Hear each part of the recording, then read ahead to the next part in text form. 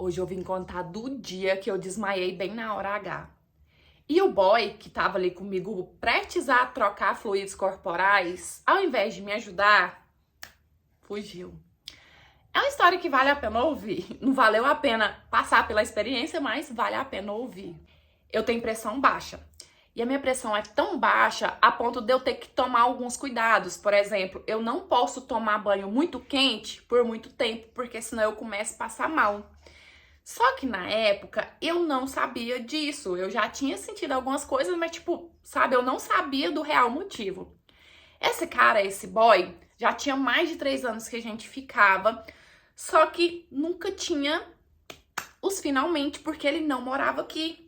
Era só de beijar, dos amassos, mas o finalmente nunca tinha acontecido. Porque todas as vezes que ele vinha, era final de semana. E no final de semana, não tinha como eu dar um tumé na minha mãe e ir pra algum lugar assim. Porque na época eu tinha 19 anos, mas a minha mãe era assim, ó, rígida dentro de casa.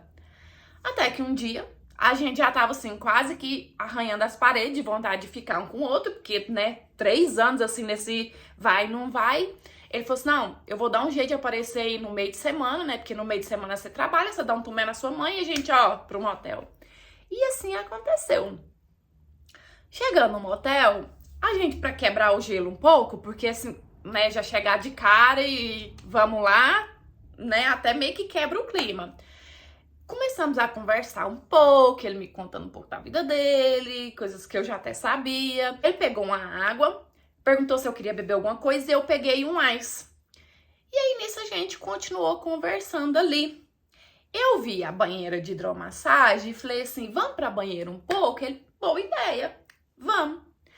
A água tava quentinha, tipo assim, tava gostosa. Mas pra mim, uma pessoa que tem pressão super baixa, é uma água que, olha, né, pra ficar ali dentro não pode de jeito nenhum. Entrei dentro da banheira com ele, a gente ficou conversando, a gente dava uns beijinhos, né, tava rolando um clima ali, até que eu comecei a passar mal. Lembrando que o álcool, ele já dá aquela queda de pressão. E aí eu entro pra uma banheira com água quente pra ficar ali de molho, eu comecei a passar mal, comecei a sentir a minha respiração assim, ó, cansada, sabe? Tava difícil de respirar. Comecei a sentir o meu corpo amolecer, parece que eu queria, assim, desfalecer mesmo. Mas eu pensei, puta que pariu, eu não vou contar pra ele que eu tô passando mal, né? Que mico, tanto tempo a gente esperando por esse momento. Então eu só saí. Saí da banheira, me sequei, enrolei a toalha e sentei na cama. E aí eu fiquei ali sentadinha da cama, ele sem perceber o que tinha acontecido, né? Tipo, eu não expliquei nem nada, tava tudo normal, não falei nada. Ele saiu da banheira e veio pra cama atrás de mim. Eu acho que ele pensou assim, essa é a deixa, né? Já pra gente fazer o que tem de fazer. E aí, no que ele sentou do meu lado na cama, ele começou a me beijar, começou a fazer certos carinhos. E a última coisa que eu lembro foi o seguinte, a gente tava sentado um do lado do outro na beirada da cama. De repente, ele me deitou. No que ele me deitou, foi tela preta. Não me lembro de mais nada. Eu acordei com a camareira tentando me acordar, passando água no meu rosto, me abanando, me chamando. E aí eu abri o olho assim sem entender nada, porque tipo, quem que é aquela mulher, né? Olhei assim no quarto, cadê ele? Perguntei pra ela, cadê ele? E ela falou assim pra mim que ele tava indo embora. E eu falei assim, como assim indo embora? Ele já tava no portão tentando sair. O que ele não atinou, eu acho que no desespero ali pra poder dar no pé, é que quando você pede pra encerrar uma conta que você quer sair, você não vai sair direto. Enquanto você fica ali, a camareira entra no quarto para poder conferir o consumo, conferir as coisas ali no frigobar, porque senão ficava fácil, né? E aí, quando a moça entrou para poder conferir, ela se depara com aquela cena ali. Eu, desfalecida ali na cama, sozinha. E aí ela conversou comigo para poder me alertar, não deixaram ele sair. Ela perguntou assim se eu queria que chamasse a ambulância, eu quis, porque eu ainda tava sentindo super mal, eu não sabia o que que era aquilo. E ela perguntou assim se eu queria que chamasse a polícia também, né? Porque até então eles não sabiam o que que ele tinha feito comigo. E eu falei pra ela que não, que a polícia não, que podia deixar ele embora, que né, não tinha nada a ver com ele. E aí ele foi embora. Mesmo assim, ele não voltou no quarto pra poder ver como que eu tava, não.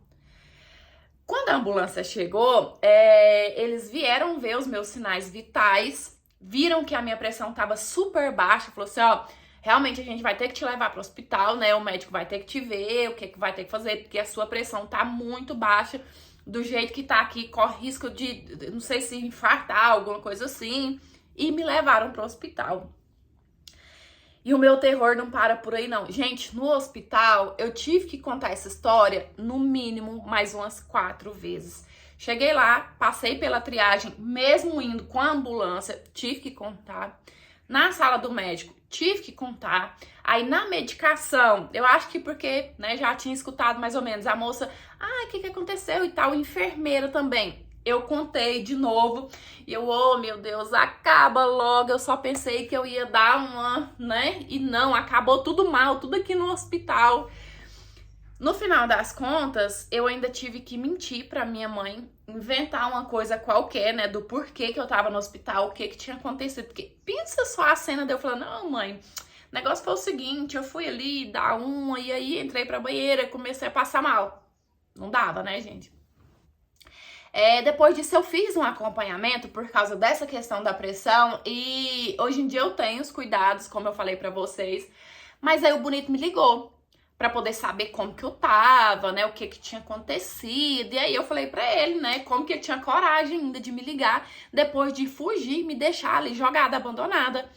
E aí ele falando que não era isso, que tipo ele ficou preocupado, mas que na hora ele se assustou tanto que ele só pensou em correr, que ele ficou com medo de eles chamarem a polícia e a polícia achar que ele tinha feito alguma coisa de mal comigo, de errado. Aí eu fico pensando, tem um ditado que fala assim, cara, quem não deve não teme.